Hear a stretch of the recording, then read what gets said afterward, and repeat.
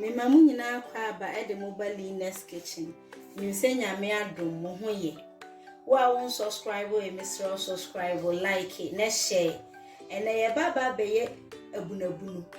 De wo behia ye nkontomire ya no adada.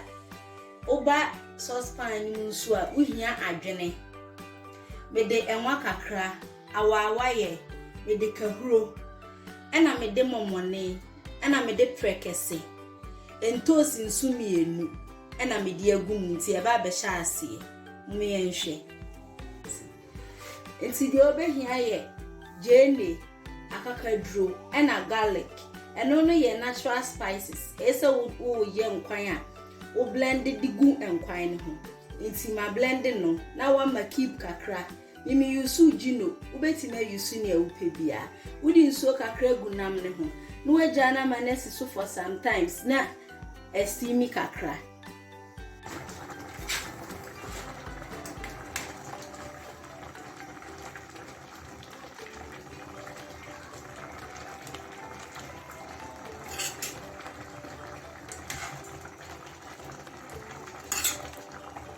Ya nam na estimi kakra. Nti ya di kontomire na ya yam no egum.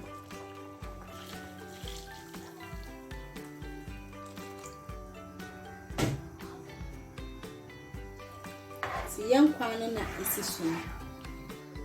Enti ubeja yankwan na manesi so for 45 minutes. Si Abunuabunu nkwan no na esiso no.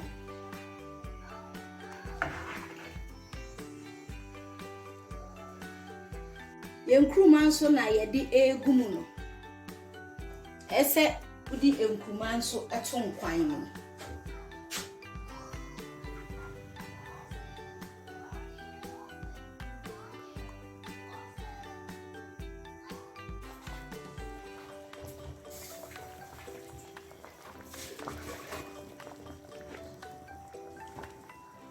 Enti Abunuabunu na esiso no.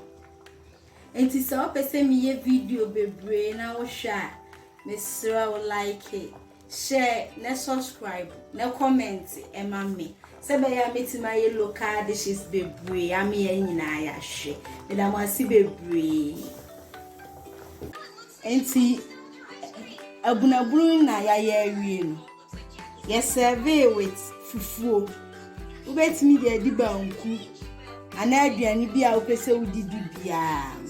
So pese mi ye video bebre na o share ya like subscribe na share na comment me da masi bebre.